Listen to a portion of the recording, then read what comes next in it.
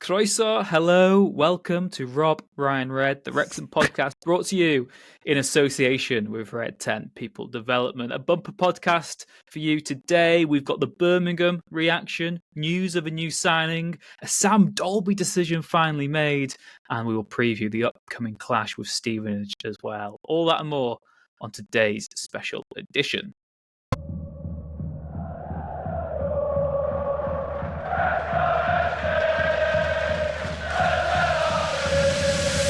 Rob, Ryan, Red.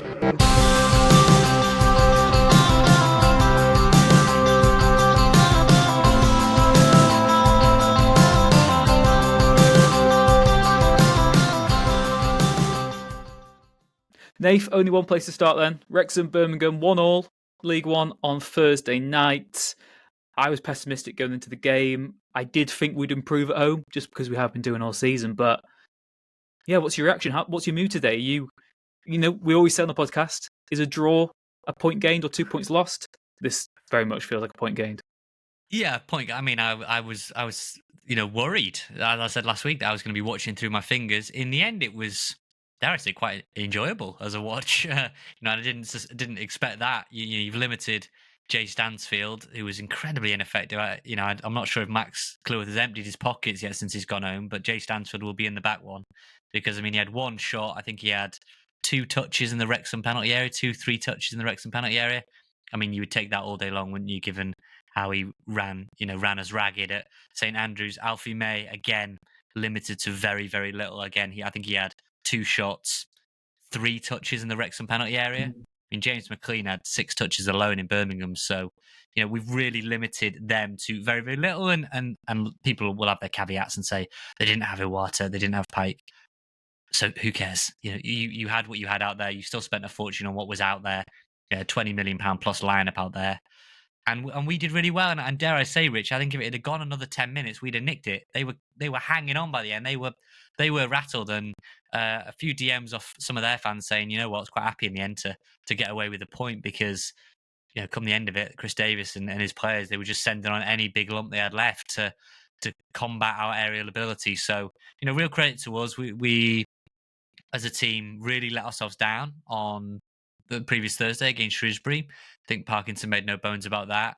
And not only was the fire lit, under the players, they did respond in kind. And even after the first half, where we were okay in spells, Rathbone, great goal. We'll get into the first half particularly, but that second half, real spirit there and a real character about us to say, yeah, we had a really bad result, but we're going against the, who many of us think are going to win the league. And all right, we haven't played them off the park, but we were the better team on the night, and we were unlucky in the end to only get 1 point out of 3. Yeah, George Dobson was their biggest goal threat on the night, just as he was ours. Well, he's got that spectacular sort of dipping volley in the second half. And I think you make a good point there. Maybe if they had their full straight midfield, it would have been a different sort of game. But I think the possession stats, we had about 44%, they had 56%. We had a greater goal threat, and I think against lower quality opposition, we win that in the end once we have that sort of bombardment towards the end. And that was just Wrexham at their best. I went on the Birmingham podcast last week after we had Alex on ours, and he was asking why are we so good at home, and it's just because we're so used to doing that. We've had all these massive promotion clashes at the Kairos, and we always find a way to do something and pull something out of the bag. We just have that formidability and that knack and the confidence that we're going to get chances and that we can beat anyone at home. And I think this is the greatest example of that now because, the Wycombe win this season was the first day, so that was sort of excused. The Huddersfield game was close, quite a low quality match, but we ground them out. And now Birmingham have come here and, we knew this was going to be the toughest home match we'd have all season, and we didn't. We got a draw. We could have won it. I think, it is really important to realise how pessimistic I was last week. I really didn't think, but we did it, and I'm so happy to be proven wrong because it is just freakish, this home form and how good we are at the Kairos. And again, we'll come on to this when we come to transfers because while we've got this aura and this belief at home, we have to capitalise. Because, if you have a season where you don't go up, you could then start to lose that momentum. And yeah, what a response it was after that Shrewsbury game, because it's another credit to Phil Parkinson's recruitment and the team spirit that after adversity, we do often bounce back with a positive result. But they've done it against the best team in the league here, and not just the best team in League One, a team who could be, in the playoffs and the Championship next season. So huge credit to them. And we always criticise lineups when they're not right. Maybe I would have liked another striker on from the start, just a bit more goal threat and a bit more impetus. But midfield selection was spot on. James McLean, his involvement.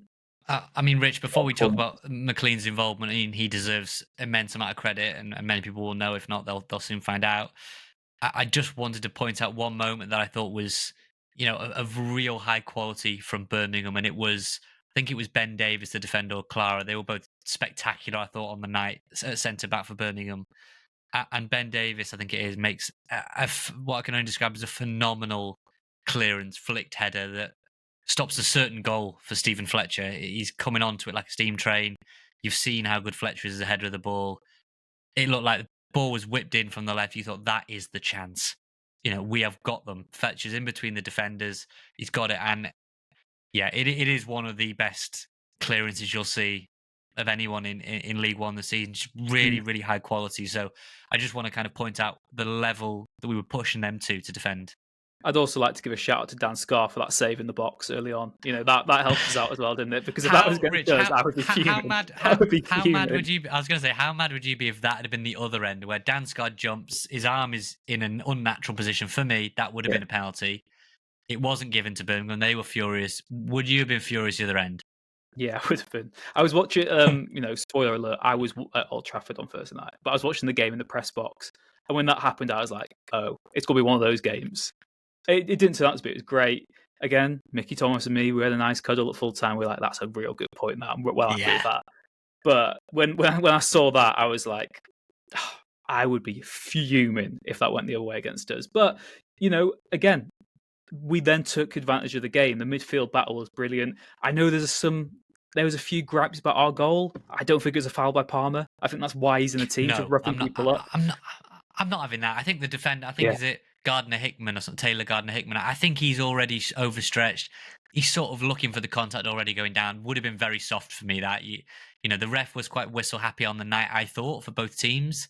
Yeah, but, it was he let that go. A two-stop start, wasn't it? It wasn't the sort of flow. But what a goal. I mean, Dobson was interviewed after. Dobson actually got Sky's man of the match. Ollie Rathbone won the Wrexham's man of the match. And, you could have picked either one of them. I would have given it to Rathbone on the night. Dobson was kind of a 1B and Rathbone was 1A. I thought they were spectacular in there, both of them. And Dobson said, that Ollie Rathbone can do that. He scores pearlers like that in training all the time, every day. And he's got that in his locker and his energy in there. He's a brilliant footballer. And I won't out the person who sent me this, but they are neighbours. A Wrexham fan or listeners of the podcast is a neighbour of a Championship player. And they said that they'd been having a conversation that they follow Wrexham. And the Championship player said to this Wrexham fan, that you watch Ollie Rathbone when he comes to you, like he will be a phenomenal footballer. And I have to say, Rich, at the beginning, I was sceptical. And I wasn't alone in that, I appreciate. But I was sceptical about what kind of role does he play? What is his identity as a footballer? Is he, when he arrived, I expected him to be some kind of deep lying, maybe more of a Dobson, more of a Matty James type. It didn't turn out like that. He was then playing further forward. That didn't really seem to suit. He was coming in for cameos in games where we had barely any of the ball. And I tell you what, now he outside of Stephen Fletcher, who's been great of late, he's one of the most integral pieces in that team right now. Ollie Rathbone, his energy, his quality on the ball and out of possession as well. I'm so chuffed for him because A, I get to eat a lot of humble pie, and B, good on him. He came with a big price tag, and he's more than delivering for us right now.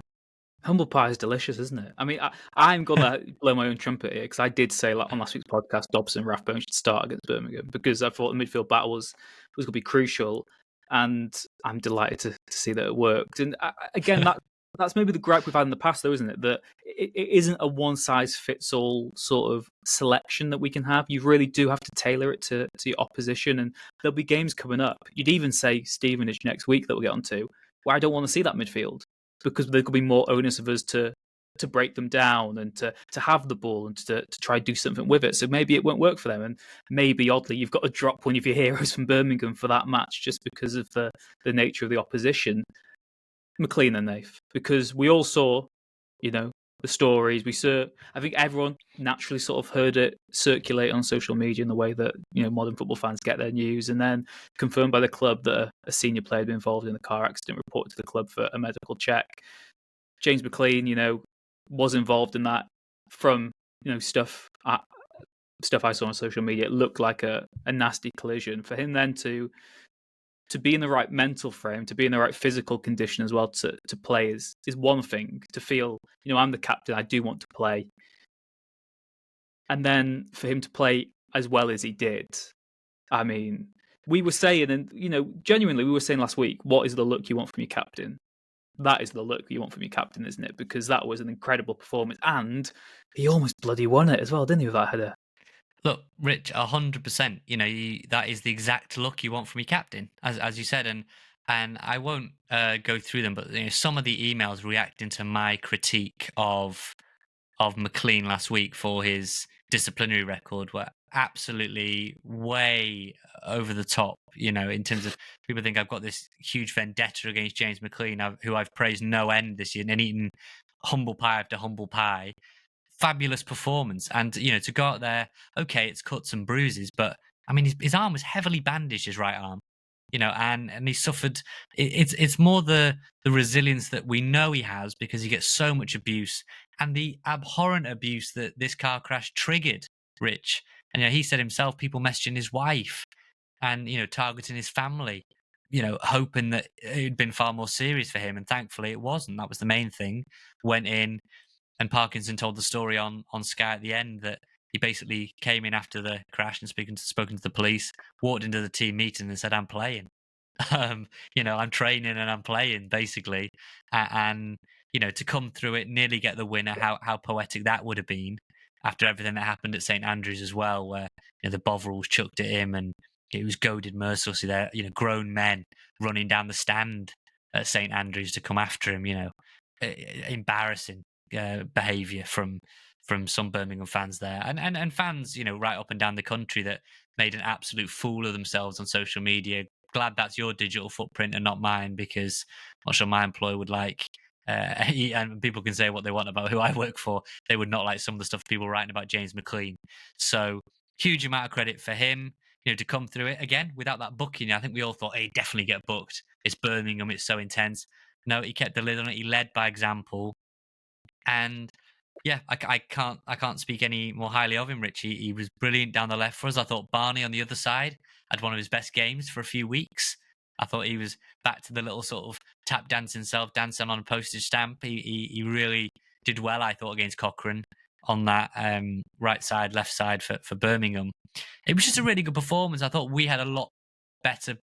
We had a lot more better performances, in my opinion, than they did. Maybe their back four were really good. Keeper makes some good saves, but we were really dynamic. And McLean set the tone. Imagine, Rich, you see your captain go out there like that. He's been shook up. The car is battered to bits. I would assume written off that Audi. It's taken significant damage to the roof, windscreen smashed. The front parts are all meshed up together. Yeah, very, very lucky. And McLean said, I don't ever want to have to go through anything like that again. But to cap it off with one of his better performances in a long while, and not just that, the leadership, I would say, I can only say a big thank you to him for his commitment to playing for the club, but also really glad that it's all okay and family and everyone have been able to come away from this with just a scare and nothing more than that. I'd also say, just before we sort of round up the Birmingham chat, that massive shout out to our defenders, because I know that we can see the sort of cheap goal and it is a bit annoying that we switched off anyway from the corner. It goes in, unfortunately, but what they didn't. I don't think Okonkwo made a save during the match. I generally don't think he made a save. I don't think they had a shot on target that wasn't the goal, which even itself wasn't really on target. It was an own goal from Dobson. But again, Max Cleworth, this is a kid who, so many other Football League clubs wouldn't be getting a chance yet. We've now had sort of 3-4 successive seasons of him playing a lot of football. and you just take for granted what a gem of a player he is. As much as you might want to say, "Oh, Birmingham's players had an off night," the reason they had an off night was because we were so good at the back and we subdued them and did that. So, yeah, I'm very happy, very happy. Rich, I'm going to read out some sort of listener verdicts, but I was going to say while I pull them up, there's a great interview after with Max and Dobson. Max very level-headed, as you'd expect. Dobson talking Clinton Morrison through the fact that his pre-match routine, his pre-match ritual is pancakes with yogurt. So I don't know if you could have your choice while I pull these up. What would you want before a game? What would you just go the traditional pasta? This is one of those difficult. Well, is it Wayne Rooney? Do you remember that famous Wayne Rooney tweet about midday kickoffs? There's like a tweet from Wayne Rooney where he says like it's unnatural to eat pasta at 9 a.m. because that's obviously what you've got to eat pre-game. But I don't really know, to be honest. I've never. I'm usually just maybe in the morning have some porridge, have a banana, maybe 2 hours before I play, an hour and a half before I play. But I'd almost say it's my convoluted approach to all sort of energetic activities, which sounds very, very risque when I put it like that. But I do mean just playing football or paddle or tennis or going for walks. I just prefer to have an empty stomach. Okay, well, my favourite sort of sporting pre-match prep of all time actually involved Marcus Willis, a tennis player who was at Wimbledon, who, before he played Roger Federer, was drinking cans of Coca-Cola and eating chocolate bars. So he was a man of the people. But what Gareth Bale loved dairy milk, and it didn't do him any harm, did it? There you go. It didn't do him any harm. Here were some of your verdicts then, before we round out the Birmingham section. Jeremy Miller said, "This was like a boxing match where we landed blow after blow, but our opponent didn't break. Too many chances that didn't cross the line, but can't be mad. The effort was there." Cryptic said, "Very happy with the response, now to maintain that level," which I think is important. Graham Maloney said, "Enough to show in that performance that we should be in the mix come the end of the season. A couple of new players to freshen it up and add something extra. Benchmark for effort and focus. Goals will come." Wrexham fan 3's put proud. Toe-to-toe with the presumptive league champions. Improvement over our last meeting. Improvement over last week. Hawkeye 1972, "I was fast enough to criticise their performance last week, so were we. So I must eat humble pie this week because they were outstanding tonight. Not the same team that played Birmingham last time and not the one who played Shrewsbury either." Interesting from Mikey's, but hard to call. "I feel second half we dominated without dominating it, as if they let us attack knowing there wasn't going to be an outcome. Also add to that it turns out Iwata is a steal at 4 million because him and Pike ruined us in the previous game." Ben Parker, but an amazing bounce back from us, a really fantastic effort. Actually unlucky with some amazing saves and great defence from Birmingham. Will 100% take that, and it should reinvigorate us for last games of the season. 2 more. Sarah said, "I said I'd take a draw, but for our defensive laps for their equaliser, I think we could have had 3 points. Much better performance, much better atmosphere, and happy with our response after last week. Better team performance, played well and looked more balanced. Think I'd have started with Mullin though." And lastly, Rich, you'll like this one. Jay has put, "Ollie Rathbone actually might be a Mickey Thomas regen." Not confirmed it yet, but I've not denied it either. Yeah, what a guy. And again, yeah, as we said, another player who we owe an apology to. This could be our new feature, couldn't it? Which Wrexham player do we owe an apology to this week? Yeah, thank you very much for getting in touch with us. Like we said, we will read out emails maybe next week. It's just this week is a very unique bumper episode. There's so much to get through. That was the Birmingham reaction. And now we'll bring you on to transfer news.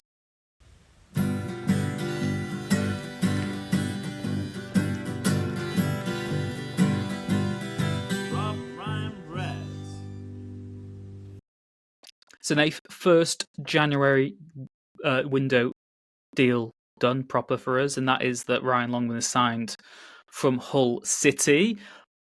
An interesting one because he's a proper sort of winger.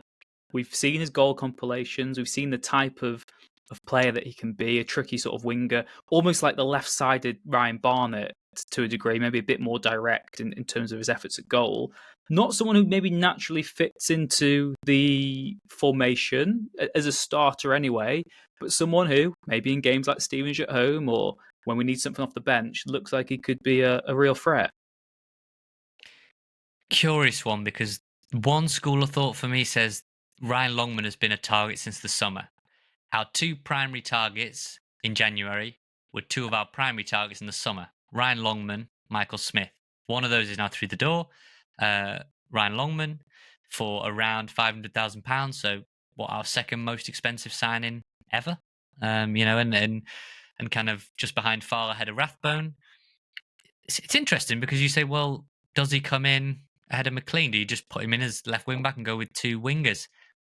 Not just the armband, but McLean offers a lot of value, and you cannot just go too gung ho in this league, I don't think.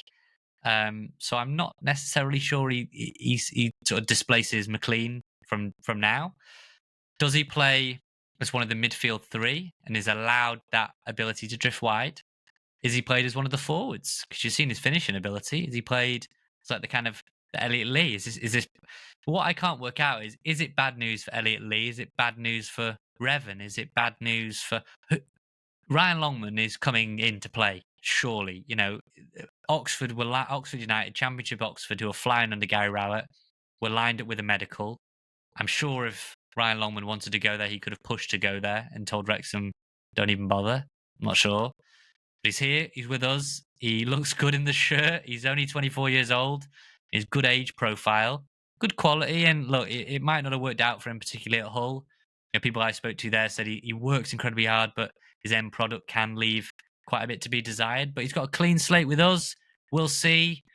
Can he provide us with that goal? I'm just curious to see where he fits in, because right now I couldn't tell you exactly where he plays. It's intriguing and exciting, isn't it? It's a bit of an enigma.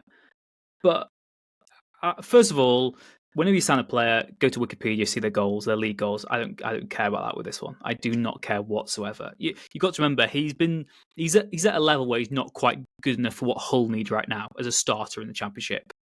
This is League One. I know we're building for hopefully a Championship campaign in the future, but we're basically buying a Championship squad player to come in now and be one of our squad players. So I've got no doubt about his talent and his pedigree. And again, we've got a decent track record, haven't we, under Phil Parkey of players. I guess for me, he comes. I think for me, there's two aspects to this. One is that maybe McLean we are preparing for him to finally move to a central midfield role more permanently. Maybe beyond this season, if he stays or not. And then you've also got, like you said, the Elliot Lee conundrum, because we tried to sign James McAtee in the summer. So we obviously did want someone else who can play in that attacking midfield sort of role. I'm going to have to correct you and say we tried to sign John McAtee, given James McAtee plays for Man City and would have been the steal of the century. I always get mixed up. God. I don't care. But yeah, we tried to sign McAtee. One is a lot worse than the other. One was a lot worse than the other, and we. I wish we could get James McAtee. God, Man City want to loan us him because he's not playing for Man City. So, God. Tomato. But Joey, we did want that alternative to Lee in that sort of attacking midfield role, and the fact that we've not really been linked with anyone who could fill that sort of position this window other than Longman suggests to me that might be where we see most of him. And we've said from the non-league days. I remember when I wanted us to sign Ryan Colclough from Altrincham because I wanted us to have a winger who could come on in the wing-back role. And we've seen what Barnett can do there. I don't think, given that we are third in the league, and yes, we do quite a lot of defensive work, but I also don't see why you can't just play a winger at wing-back for quite a few of the games that we've got. Again, it's the McLean conundrum, but as you said on last week's podcast so famously, he could be suspended for a quarter of the run-in yet. So there will need to be a proper viable option who could play there. And I think that's where he comes in. And I think that's why it was so crucial to get him this month. Because you could have got him in the summer, but by getting him now, there shouldn't be such a drop-off in quality if we did miss McLean for a couple of matches. So I think it's very solid. I'm not Rich. I'm not.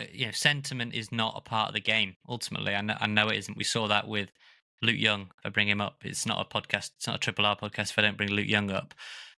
We've seen players come and go. Ben Tozer, he was there last night as a pundit, and I'm sure that he would have been itching to have been involved in a game like that. Phil Parkinson taking the mick out of his Hollywood trainers was the highlight for Ben Tozer.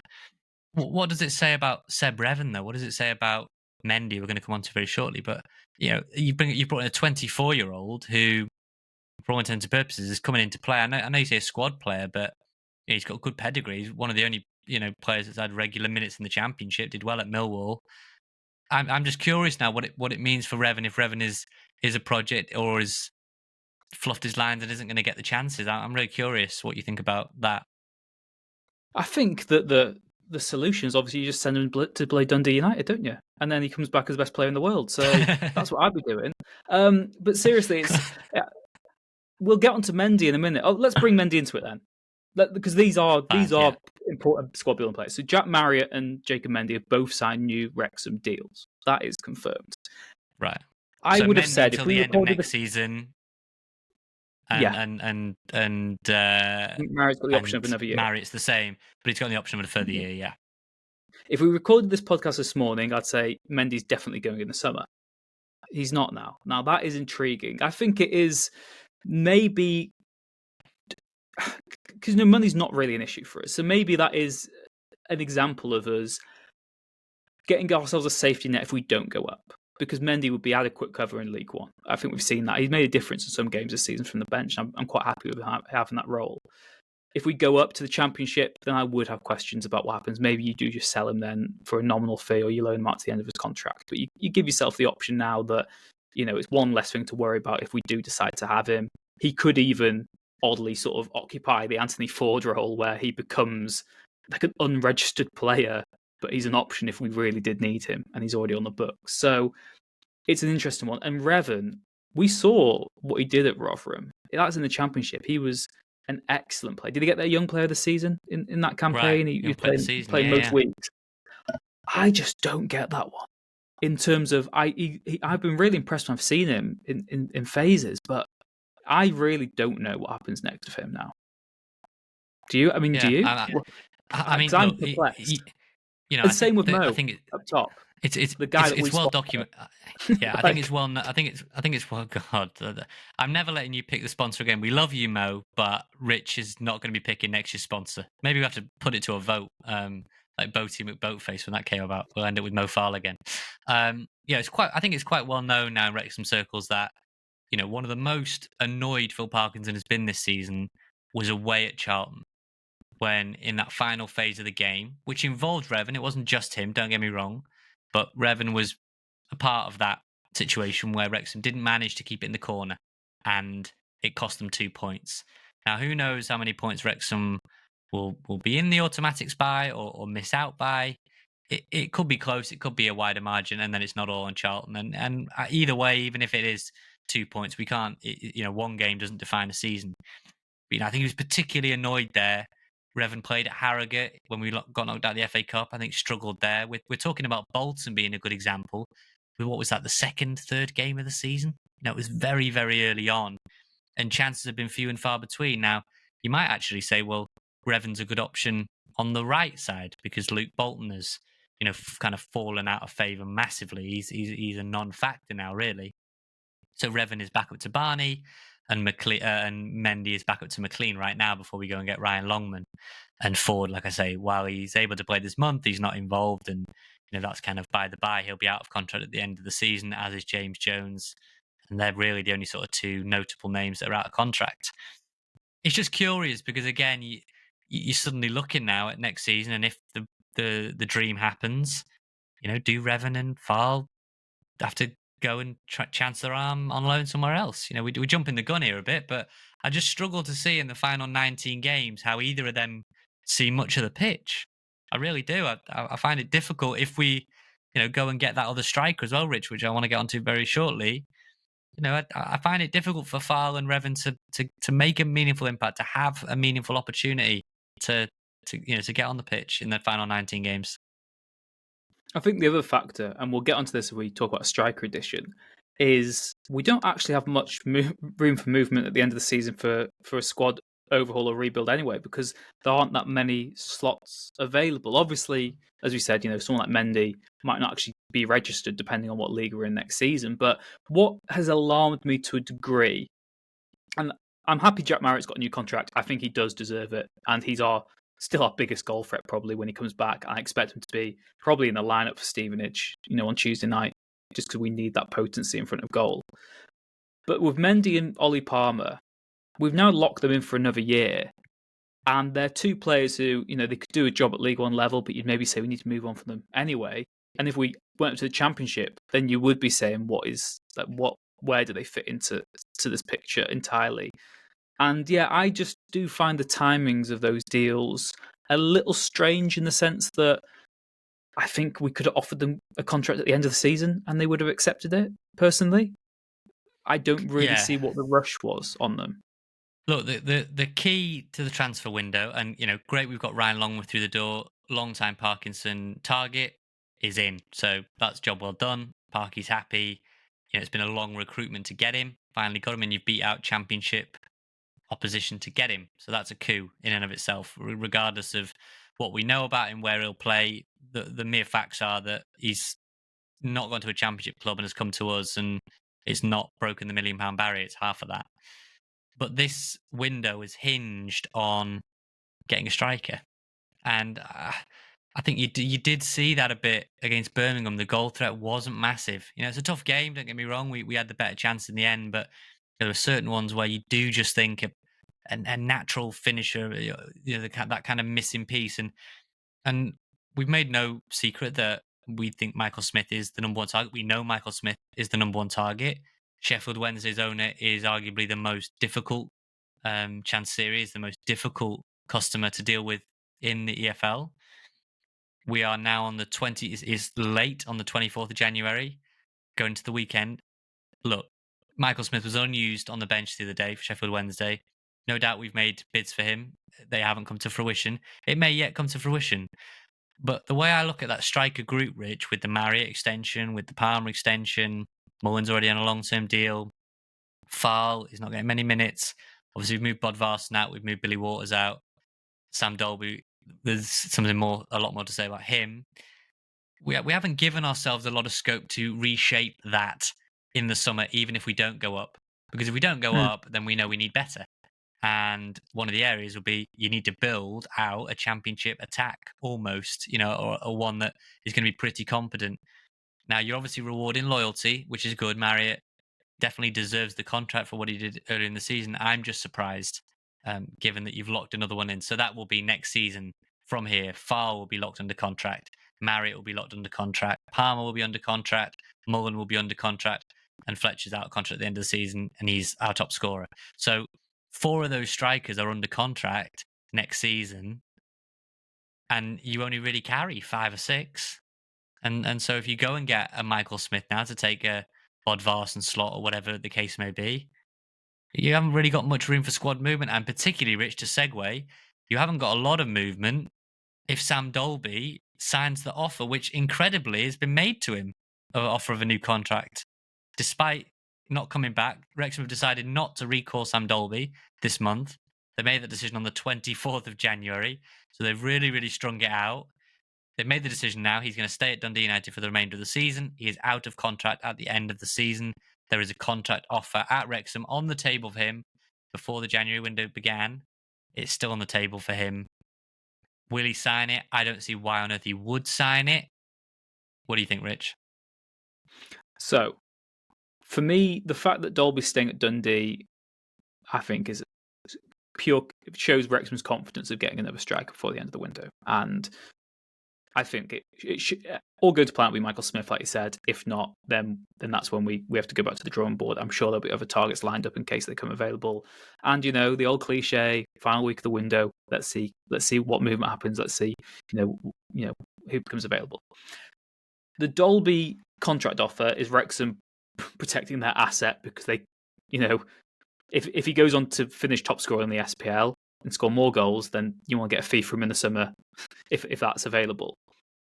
From Dalby's point of view, he has just got the perfect situation because he goes back to Dundee, a hero anyway, and that's fantastic. That's his future sorted now for the next 4 or 5 months. It then gets to the end of the season. Dundee will offer him a massive contract, I'm sure, whatever happens, because they really want to keep him. Wrexham have already given him a contract offer. He has all the power there, and he goes into the summer then basically saying, as long as that contract stays on the table, I'm not sure if there will be a cut-off period for that offer from Wrexham. He can basically say, well, this is the contract I've got to stay at Wrexham. To any suitor, beat it and I'll sign for you. If you don't, I'll stay with these guys. And the other aspect, I suppose, of that is what league we'll be playing in. What is Parky promising him? Is he saying, look, if we're still in League One next season, you can start every week. If we're in the Championship, you can be one of my options in attack. I just don't really get it, though. It's just not the show of faith, because if you're going to offer him a new contract, you might as well offer him a new contract and bring him back, I think. I don't think it's one or the other.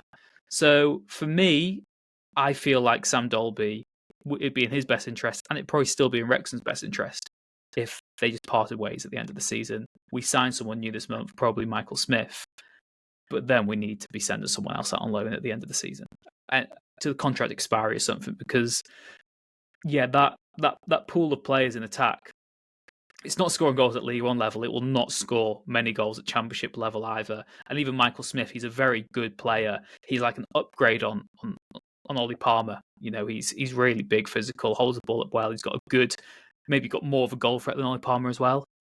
But then you still need that extra something in attack. And after Marriott's injury, we don't quite know what he will be when he comes back. And yeah, it's just a fascinating. The contract offer is incredible because it's been on the table for over 3 weeks, and there's no ink on that contract. There's no ink to dry. It has not been signed. If you're Sam Dalby's representative, I don't see why you'd be in any rush to sign. Now, I'm curious if that contract will remain on the table for the coming months, or whether there'll be a couple of points to go, you know what, there's no point, leaving it on there now, because your contract will expire on X date, 30th of June or whatever it is, and so be it. And if you're a player and if you're an agent and you sign as a free agent, you get the signing on fee. So whatever the signing on fee is now, look, if you're joining Real Madrid, the signing on fee is probably in the tens of millions. If you join in Dundee United, I'm sure it's much more nominal. But Sam Dalby knows that there'll be multitude of options for him. And Rich, if I said to you, look, I want to keep you on the podcast, but I'm going to make you go to another podcast for a while till the end of the season, and then you might be one of the options. Using your example of you might be an option for me in the Championship, but you're not an option right now for me when I can't score goals in League One. It's not. That's a weird show of faith, if you know what I mean. Because it's not a show of faith, is it? We badly need goals now. You're scoring goals now. We don't want you now, but we want you to sign for us now so that we can sell you later. Yeah. Which you will have no control over, really, because we'll just sell you to the highest bidder. It makes zero sense. But the headlines, Dalby not coming back, almost certainly played his last game in a Wrexham shirt. Mendy sticking around, can play left side, can play right side, incredibly versatile, good to have around the dressing room, doesn't kick up any fuss, probably on the cheaper side of the wage structure. Makes a lot of sense. Almost Mark Carrington-esque, I would say.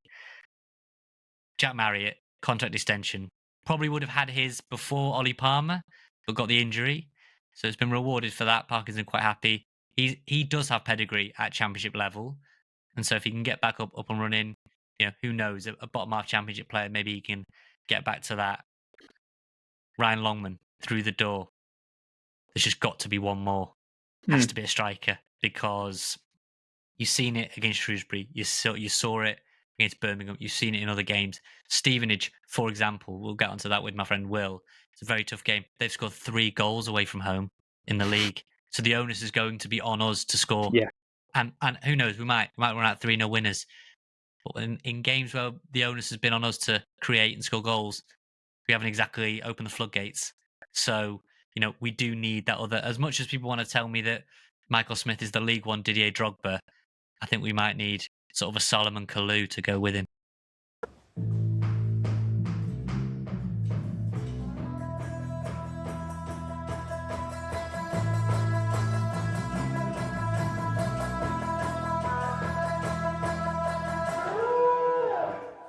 So, Nath, Sam Dalby might not be playing in the Championship next season. He won't be playing in the Europa Conference League for a while either. The Welsh League Cup move has been vetoed by the English FA. Always seemed unlikely that the English FA would pass this bill through. I know that from the Welsh FA's point of view, they see it as a move that could have brought millions into the Welsh game, could have been a good advert for Welsh football. I don't buy that whatsoever. I think it undermines the domestic competition in the country. And, from my own personal point of view, if you want to play in the Welsh League Cup, play in the Welsh Premier League as well. That's kind of it.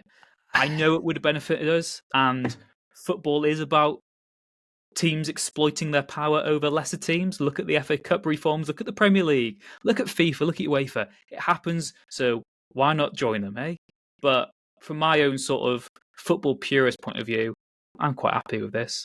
Look, Rich, I think if we'd have had a game against Roma or Olympiacos at the I, racecourse, and it would have taken beating Bala, Prestatyn Town, and maybe Swansea in the final to get there. Sure, maybe the football purist in you would have said, "This isn't mate, quite." I would have been there with my half and half scarf watching the racecourse light show. I would have been happy. Exactly. You'd have been eating your pulled pork in a box and enjoying yourself. Exactly. But there's a reason we didn't really give this too much prominence on the podcast in recent weeks, Rich, because it was never ever going to happen. The FA were never ever going to give this the green light. It's what I said on socials. For me, I didn't even. I barely gave it a shred of attention because there was no way in hell the EFL and the FA were ever going to allow, because in their mind it's exploitation. In their mind, it's giving an unfair commercial advantage. And you think to Cardiff, Swansea, Wrexham, and Newport, all they see is Wrexham. Wrexham getting a commercial advantage. That doesn't seem right. They already get X amount through United Airlines and X amount through. That doesn't seem fair. It's not just Wrexham. Obviously, we would have been a big beneficiary of that because of all the teams in there, probably us and Swansea are the two that are probably the best performing right now. Swansea and Luke Williams actually look all right. I do wonder down the line if he'll ever be back on Wrexham's radar in the future, given his relationship with Rob and Ryan. But this Welsh League Cup entry, it was doomed before it started. I mean, nice idea.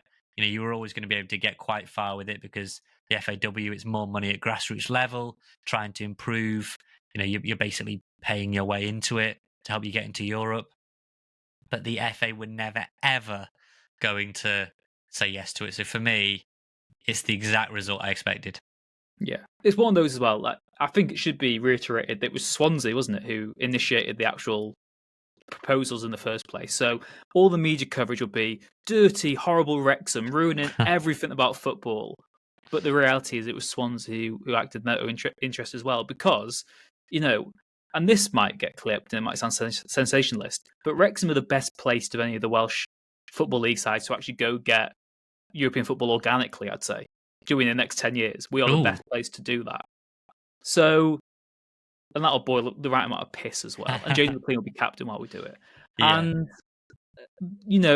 we were lopped onto it. And from our point of view, it makes sense. At least give it a go. So I don't begrudge the club for trying. I really don't. Because at the end of the day, we're a business. And like you said, if Wrexham were in the Europa Conference League, I would have loved it. Of course I would have loved it. I would have gone to every game I could have done. And I would have been a bandwagoner. I would have been bought for money because that's the fickle football fan I am. I just want to see Wrexham playing. That's what I love at the end of the day.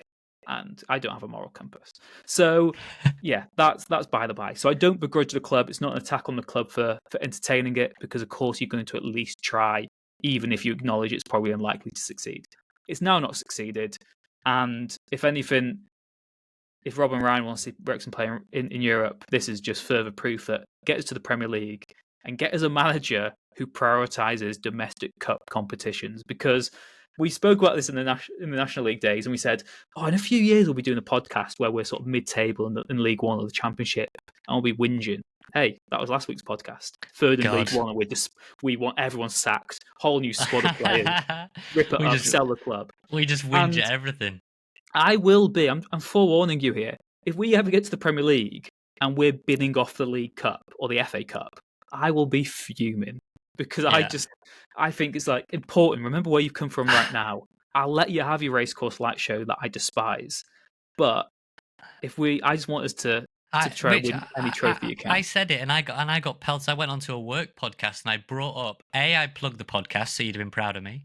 But secondly, I brought up our exact conversation about the FA Cup and would you rather get to the Premier League and never win one of these domestic cups, but be a consistent Premier League team, or would you rather never get there and win win the FA Cup and never get there?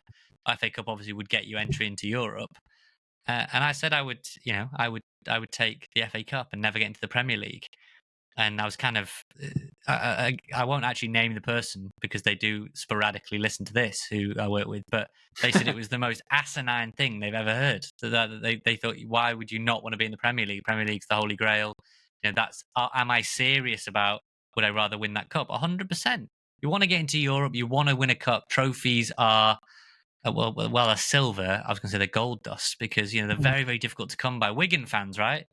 I'm going to watch Wigan soon in the FA Cup. They're playing Fulham. And that will evoke memories of them going all the way and beating Man City. Now, they might go out to Fulham because it's a League One team against a Premier League team. But don't take for granted how precious cups are. And I know that the Welsh Cup would have given Wrexham an incredible opportunity. And it would have given Swansea an incredible opportunity. And Cardiff a great opportunity. And to a lesser extent, Newport, I suppose. But, there's a reason Swansea wanted that Deloitte sort of commission because they realised that they would be one of the favourites to win that. And you saw what happened with TNS. They had some great nights. I know they were playing over at Shrewsbury. Did they play Astana or Fiorentina away? They played. They had, of course. Dragons. Was it the Swedish team at home? Right. Dragons, what they're called? Yeah. Fiorentina away for TNS. And Swansea and Wrexham and Cardiff and Newport looking at it going, that could be us. Well, it's the other aspect as well, isn't it? That you've now got the flip side. That's like the UEFA prize pot is now astronomically huge. It's even bigger than it's ever been before. Swansea have had those riches when they got to the Europa League after winning the League Cup themselves, and they beat Valencia away at the Mestalla, which at the time was a greater achievement than it is now. Mad. But those are the moments, and Swansea fans, that was they'd love to get to the Premier League again and get there. They obviously had the playoff final when they lost to Brentford in COVID, but they've done it. They've kind of done what I'd like Wrexham to do: go to the Premier League, have a few seasons there, win the League Cup, get us into the Europa League, come back down to the Championship. I'm very happy with that. I want to taste the top table, but I don't want to be dining at it every single day. Do you know what I mean? Because it's not all what it's cut out to be. And we report on the Premier League for our job every week, and you do see that for a lot of the teams, it's pretty grim existence, just surviving and PSR and all that crap and VAR and the referees and the tedium, the debate of it all, and just existing so that these elite have someone to feast on between European games, and your kickoff times being moved to 7 p.m. on a Sunday. Get in the bin. I don't want that. But this isn't happening for now. We're in League One for now. Could be in the Championship next season. But the main story is the Welsh League Cup. It ain't happening. Finished. Finito. But what is happening? Tuesday night, Stevenage, one of only 5 teams to beat us this season. Stevenage were one of them. A long-range strike from, who was it now? I want to say Marcus Thompson, but that might be wrong. Lewis Thompson, somebody like that. Long ranger, very disappointing night. Well, we were below par, but we've played a lot worse than that as well, don't get me wrong. And a friend of mine at work, Will Pickworth, he is a staunch Stevenage fan. And he said, if you ever need anyone to come on and talk about Stevenage, please think of me. So I did. So here's my chat from earlier in the week with Will to work out, should we be worried about Stevenage doing the double over Wrexham this season? Right then, Wrexham have lost 5 games. I'm recording this before Birmingham, so it might be 6. Let's hope it stays at 5 by the time that this comes out, because I am recording on Wednesday with a good friend of mine, colleague, Will, who is, for his sins, a Stevenage fan, not a Wrexham fan. Will, you actually beat us, and you were there. So how bad were we? How good were you? And will you be able to repeat the trick? Yeah, that was, thanks for having me, Nate. That was a good night from a Stevenage perspective. I can understand it was a bit of a miserable one from your perspective. But yeah, it was a sort of a classic game of us this season. You've probably seen in the table, we're mid-table, 16th. I think we're 10 points off the playoff, 10 points off the relegation zone. But our real problem has been when we don't score goals. I think we're the lowest scorers in the league. But that night we scored a really good goal early on, and it sort of allowed us to just defend. And our defensive record, even though we're so far down in the sort of table, I think we've got the 4th best defensive record. We've got a lot of clean sheets. And that night, yeah, we got that goal, and then we defended really well. It was sort of a proper Stevenage display, just blocking, fans getting behind everyone, and really, seeing out that victory. That was for us. That was like a wake up call to welcome to League One. Like, we'd been Stevenage. Do you know what I mean? I've spoke to you plenty of times when we were in the office about what's League One like, and that grind of a league. When you get to this time of year, have you you're always pretty level-headed. Have you been surprised because you're top 8 in the home table if it was just on home form, but you're bottom 4 on the away table? Are you surprised with how the season's panned out for you guys or not? I think it's a weird one because at the start of the year, staying up for us, stabilising in League One, that's a success. But I think it's the fact, as I said there, about the lack of goals it's almost Alex Revel, our manager, he was there before, he got sacked a couple of years ago, came back. And there's been a bit of dissent from fans just because of the lack of goals. I said, I think we've got 19 goals in 24 games. I think we scored 3 away from home. So we're doing fine on paper. It's not been that exciting. But I think if you're a mid-table team in any league, it's not always the most exciting. Maybe we've had quite a few good years. Obviously, came up a couple of years ago, which was exciting. And then last year we were in the playoff push for a fair bit. But I think when you look at the standard of this league this year, especially at the top, some of the fees that are being paid in January, obviously Huddersfield, for example, 2 big striker signings. For a club of our size, I think this is about a good spot for us to be in. Yeah, because I remember chatting to you when you were under Steve Evans, who I have to say, very surprised with how it's gone at Rotherham. Very, very surprised given what he did with you guys. And then obviously Ravel's come in and you've had some good results. But, do you think for you now then that maybe if you can get a scalp in the Virtue Trophy, you're in the quarterfinals of that, do you think maybe staying up and a Virtue Trophy pushes and hopefully not doing the double over Wrexham and that'd be your season kind of in a nutshell? I think so, yeah, because the players and manager have still sort of talked about pushing on for the playoffs. But I do just think we've got some decent attacking players, but we've just not been able to quite find the balance this year. Like Jamie Reid's a prime example. Last year, I think he got 21 goals in all competitions and he scored 3 in the league this year. And when that's your main striker, that's obviously not scoring goals. There aren't that many goals coming from elsewhere, but it's sort of helped out by our defence being so strong, which has enabled us to get those results at home.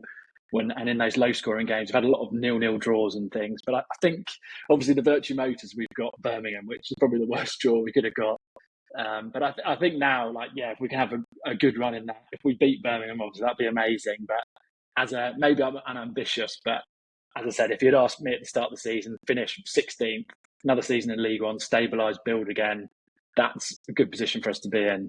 This is why fan bases need more Wills and less Nathans, because I'm very greedy, mate. I'm getting itchy feet in the January transfer window that we haven't splashed the cash. Of the players you mentioned there, Jamie Reid and kind of he was amazing last year and struggling a bit this year. Dan Kemp we were familiar with when he played for MK Dons or when he was at Swindon previously. Elliot List another. Who are if you are to go and do the double, I hate saying that, over Wrexham, who are going to be the key players for you at the racecourse that can really do some damage? Well, Dan Kemp's obviously, when we signed him in the summer, it was really exciting. He's never quite been able to, before this year, to do it in League One, but in League Two, he's almost been a cheat code for the various teams he's played for. But when we normally play sort of a 4-2-3-1, he's in the number 10 role, and it took him a few months to get going, but he's our top scorer with 5 goals, and in the last few months, he's been our main player. And then Elliot List's normally on the left, and Jordan Roberts is another good player. And it probably will be Reid up front, although last night we played like a 4-4-2 diamond, and we've had quite a few players out with long-term injuries. Louis Apire, who used to be at Northampton, he made his first start since, I think, August last night, and apparently he was quite good. And at the back, Dan Sweeney, Charlie Good, and Forster Caskia. On paper, that's 4 of our better players that have missed basically the whole season. So it could be a bit different. But I think the guys you mentioned, Jamie Reid has shown signs in recent weeks of sort of getting back to his best. And he does a pretty thankless task sometimes, like holding up, linking up with players. But I think, as you say, there we spent money in the summer on Jake Young, who had that amazing loan spell at Swindon. He scored 1 goal. Oh God, I completely forgot about that because he was so in demand. He was at Swindon on fire. Couldn't stop scoring, and you took him. Completely dropped off my radar. So he's not really getting a sniff. No, well, he and Dan Kemp were at Swindon at the same time. Had a really good sort of relationship there. But he came in, and there was a lot of stuff about how he wasn't quite fit enough, getting up to speed because he went back to Bradford in January and he didn't really play the second half of last season. He joined on deadline day. So it's taken a bit of time. He scored a winner at Mansfield, and everyone thought he would kick on. And again, he played relatively decent last night. But we haven't really, when you're spending money on a striker and he gets 1 goal in the first half of the season, it's still, there's patience with him. But We need to see a bit more, basically. Striker woo is what all we talk about on this podcast, basically. Will we Yeah. don't know. We haven't got any that regularly score goals. I would say, on paper, much like the first game, you think Stevenage, we should be, that classic, we should be beating them. But the one away win you have had this season was away at Mansfield, which is a tricky place to go. They caused us all number of problems at the racecourse, and I don't know whether you feel that you might be better going in as massive underdogs out of possession. You defend really well. People like Piergiani have been pretty solid for you at the back, and whether that potential for the counter attack might actually suit you.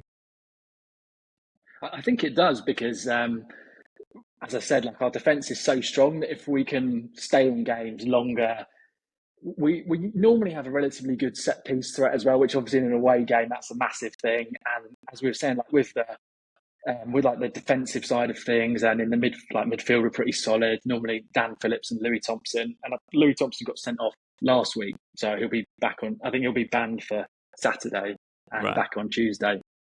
But yeah, there's just like a really good structure. We got our goalkeeper Murphy Cooper from QPR. He's been really good for us, despite he's absolutely tiny, but he seems to fill out the goal really well. But yeah, I think that does suit us. Although sometimes when we play the bigger teams, because Stevenage's pitch, I'm sure the fans that were there in October, it's quite a small pitch. We're quite good when it's small and tight, and on a bigger pitch, sometimes we do get exposed, but we'll have to wait and see. Last question then, mate, because I know you done a lot of championship games, and while I'm not trying to jump the gun, it is always interesting to chat about the difference between, because sometimes I get asked about if Wrexham were to go up, which would be incredible as an achievement, the difference between Championship, Premier League. You've seen QPR, Watford pretty recently, Tom Cleverley's Watford, Plymouth when they were at Brentford. It does feel the jump to the Championship now is getting ever bigger. You're seeing Portsmouth went up. They were really good last year, won the title, didn't they? And they've struggled to survive. They're in a relegation battle. What do you think is that jump to the Championship, and how big do you think it is if you were to go up? I think if you look at the Championship this year, there's like sort of split into a few tiers in terms of like, obviously the top 4 teams at the moment. I know Sunderland are in there, but the other Leeds, they didn't go up last year, but them, Sheffield United, Burnley, like they've got that Premier League quality that when you play those teams, it's like really tough to get a result. And even with teams like Watford, you mentioned they've got some really good talented players and they're not even in the playoffs at the moment. So I think it is a big step up. There is that sort of, it gives you hope when like Portsmouth have picked up a bit recently, Oxford obviously under Gary Rowett. So I do think that is a big jump, but I still think there's always like 5 or 6 teams down there, like in the relegation battle in the Championship, that if they can like play well, have the quality and attack, and not be too leaky at the back, they can do enough to go up. But there definitely is a big step. I think you even see that with League One this year, with the teams right at the top of League One compared to the mid-table, and then the teams struggling down the bottom. But yeah. Who's the best team last year then? Who's the best team you've Stevenage have faced, do you think? Or who's the best team you've seen in League One this season?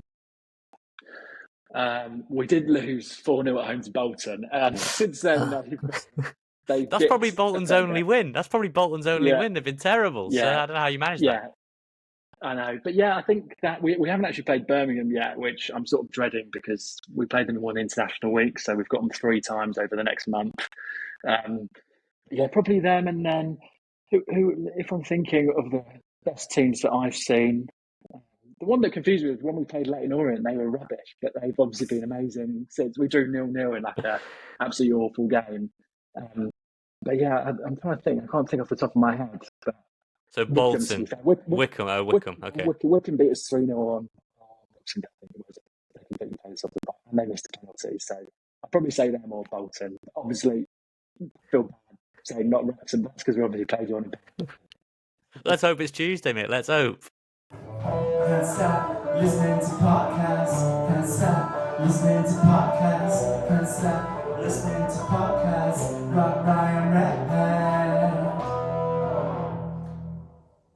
So there you go, Rich. I mean, I don't think Will's particularly worried. He is everything I need to be as a football fan: level-headed, not greedy, and knows his side's limitations. You know what I mean? Like, he's just talking there about how, they just if they can stay up and maybe get to the final of the Virtue Trophy, that'd be a phenomenal season for Stevenage. They They flirted with the playoffs last season.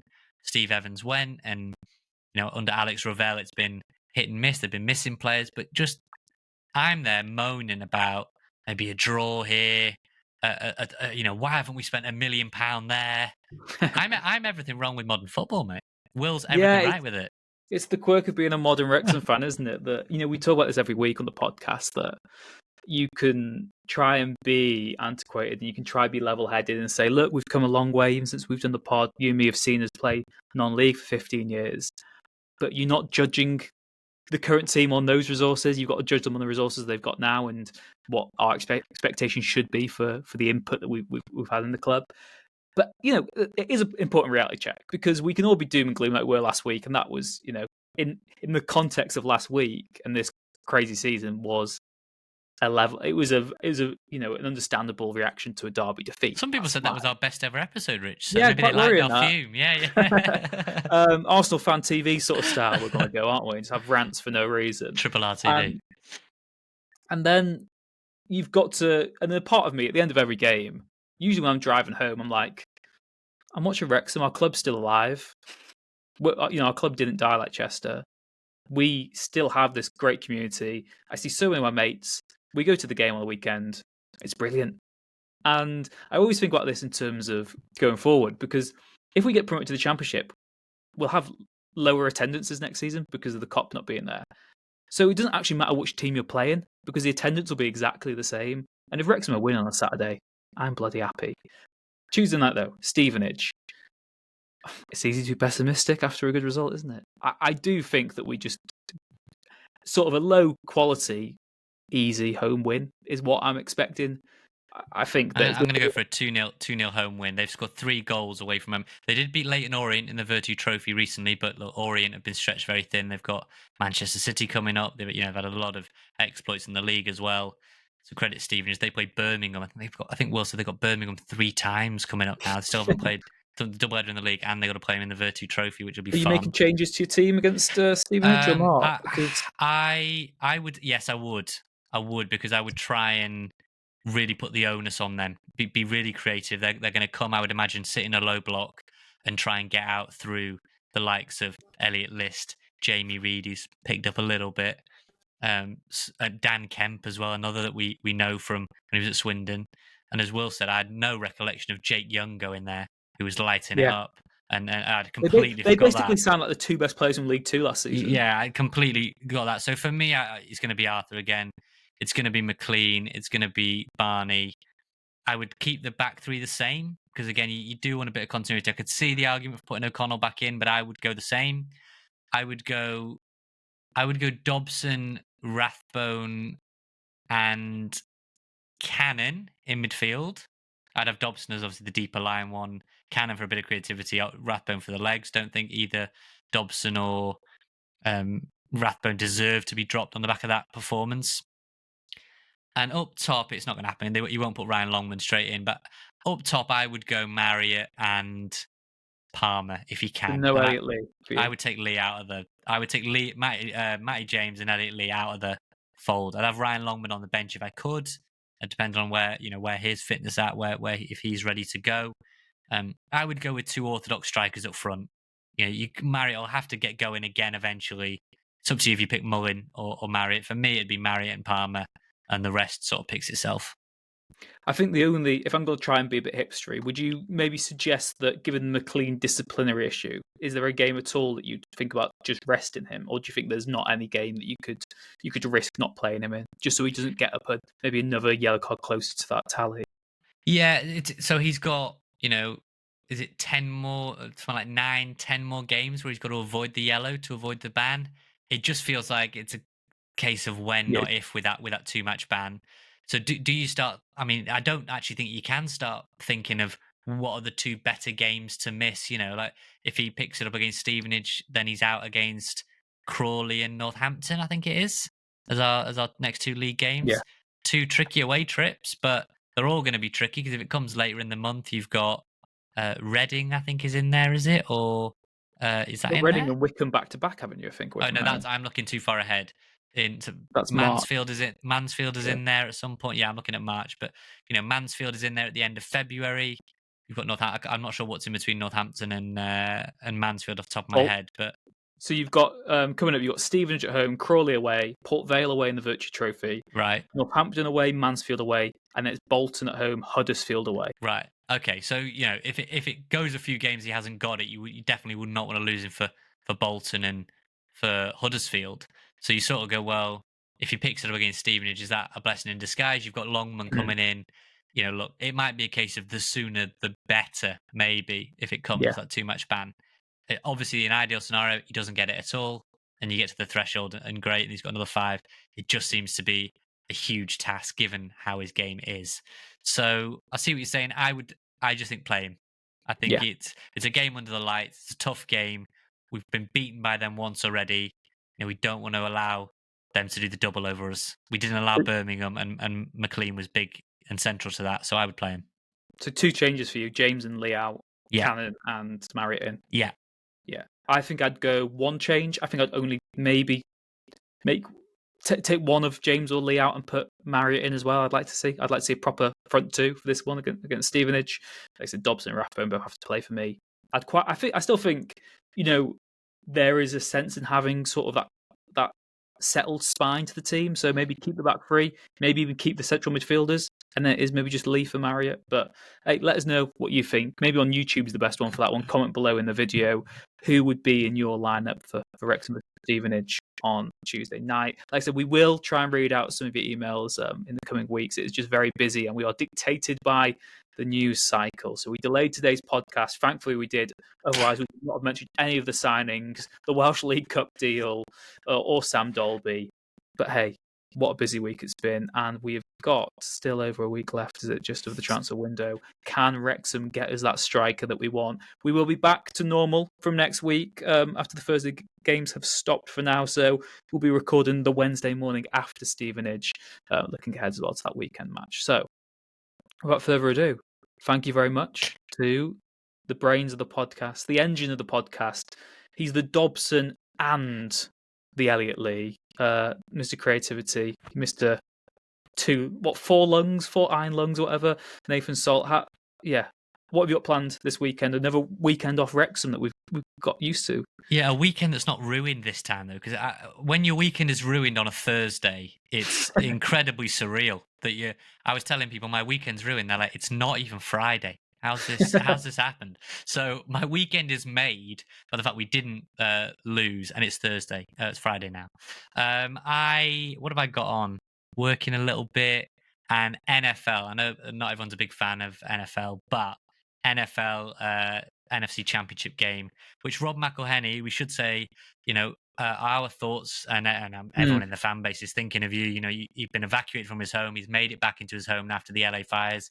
He watched the Birmingham game from Cosm, met a load of Wrexham fans, and he told a few Wrexham fans that he thinks a striker deal will go right to the wire. So he was saying style. God, not that moon picture again. I've got PTSD from that. Rob McElhenney, just want to say they did a great fundraiser at Cosm for those affected by the LA fires.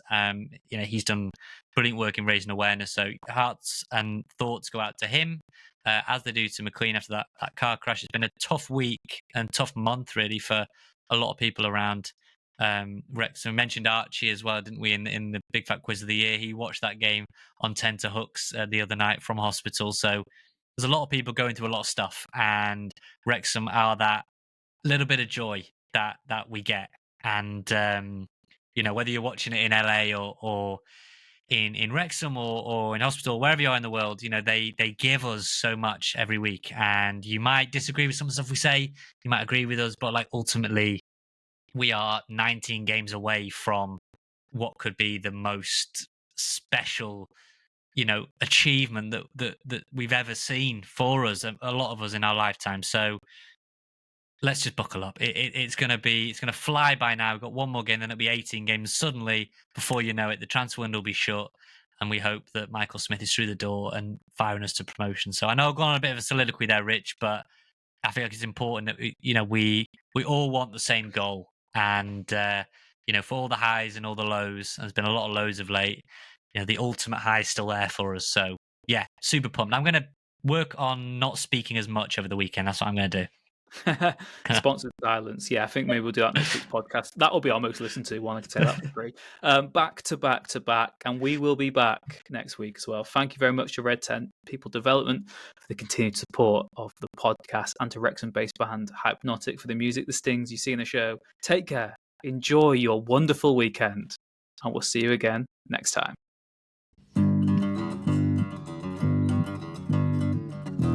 The Wrexham AFC podcast with Nathan Salt and Rich Bay.